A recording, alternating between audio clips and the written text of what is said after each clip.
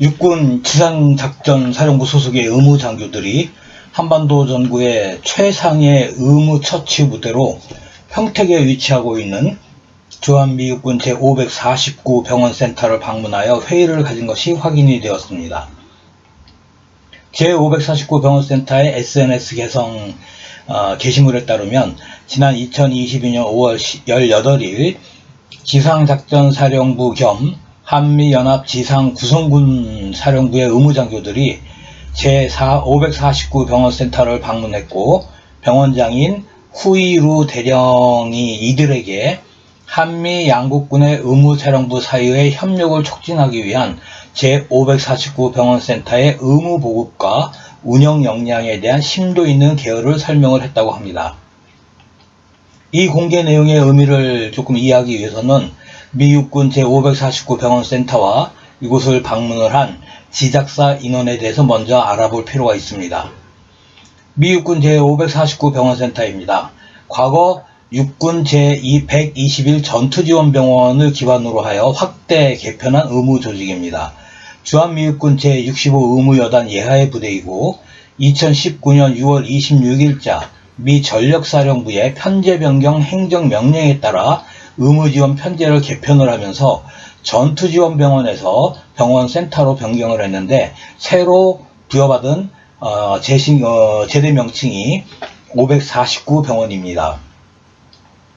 549 병원센터는 다른 이름으로 우브라이언 올굿 육군 커뮤니티 병원으로 불리기도 하고, 약자로는 BDAACH로 표시가 됩니다.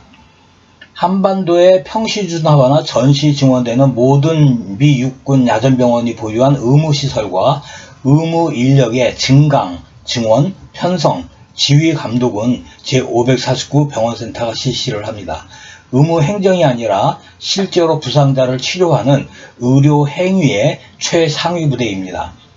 이에 관련된 자세한 정보는 본인 블로그를 참조하면 될 것 같습니다. 지작사 인원에 관한 내용입니다. 549 병원센터는 지작사 소속 인원 11명의 구체적인 신원을 밝히지 않았습니다. 공개된 단체 사진을 보면 한국군은 전투복을 착용한 10명에 사복 인원 1명으로 총 11명이 확인이 됩니다. 보안 문제인지 해상도를 조종하여 정확한 식별은 어려우나 4명의 소령과 중령 4명, 대령 1명, 계급과 신원이 식별이 불가한 2명입니다. 식별된 인원은 총 3명으로 첫 번째 대령 정해도입니다. 지작사의 근무지원단 의무대장으로 추정이 됩니다. ROTC 30기로 충남대 출신이고 수의병과이며 2017년도에 대령으로 진급한 것이 확인이 됩니다. 두 번째는 중령 5종두입니다. 국군 의무사령부 홍천병원, 과거에는 철정병원으로 불리우던 홍천병원 근무 당시 예방의학 분야인 보건교육 건강증진 학회지에 제8저자로 발표한 논문이 있습니다. 당시 이 논문은 건양대 의대 논문이었고 제8저자로 이름을 올렸기 때문에 실질적인 실적을 위한 등재로 보여 건양대 의대 출신으로 추정이 됩니다. 2020년 보병 3사단 직할 의무대대 대대장을 지낸 것이 확인이 됩니다. 세 번째는 소령 성경용입니다. 국군 의무학교 수의 업무 교관을 지냈고 코로나19 방역 계획 과장을 지냈습니다. 서울대학교 의과대학 수의학과 강의를 한 것이 확인이 되며 2019년에는 국방일보에 말라리아 재퇴치를 위한 장병 실천 사항이라는 기사를 작성한 것이 있어서 또한 레바논 동명 부대에 파병되었던 것도 확인이 되는 예방의학 쪽의 의무장교로 추정이 됩니다. 식별된 3명의 공통점은 모두 수의병과라는 점입니다. 수의장교는 군의 식품검사와 수질검사, 위생관리, 방역활동, 역학조사 등 전염병 예방 의무 활동이 사실은 주 임무입니다. 대량 살상 무기인 화학, 생물, 방사능 중에서 생물 무기 분야를 다루는 또한 방어대책을 수립을 하는 것이 주 임무 중의 하나입니다. 많은 사람들이 알고 있는 군용 동물인 군마와 군견에 대한 진료는 사실상 극히 일부입니다. 육군에는 매년 30에서 40명이 수의장교로 임관이 되고 있는데, 대한민국 육군에 군견과 군마가 얼마나 있다고 그 많은 인원을 임관을 시키며 육군 수의 병과장의 계급을 대령으로 정해 놓았겠습니까? 게다가 일선 의무부대 지휘관 중에 그 수의 병과가 보직이 되기도 합니다. WMD 중 화학 방사능은 화학부대와 EOD 부대가 맡고 있고, 생물무기는 의무부대가 맡고 있으며, 의무, 수의, 의정 3개의 의무 관련 병과 중에 전염병 예방의학, 즉 생물학전을 담당하는 것이 수의 병과라고 보아야 할 것 같습니다. 그 코로나19 방역 계획과장을 지낸 성경영 소령이 대표적인 사례가 될 것 같습니다. 제작사 인원의 특이점 중에 하나는 그동안 외부에 노출되지 않았던 국군 지상작전사령부 한미연합 지상구성군사령부인 GOC와 GCC 패치를 부착을 하고 있는 것이 확인이 됩니다. 미국 측의 참가 인원은 그 후일루 대령인데 미 육군 제549 병원센터의 병원장입니다.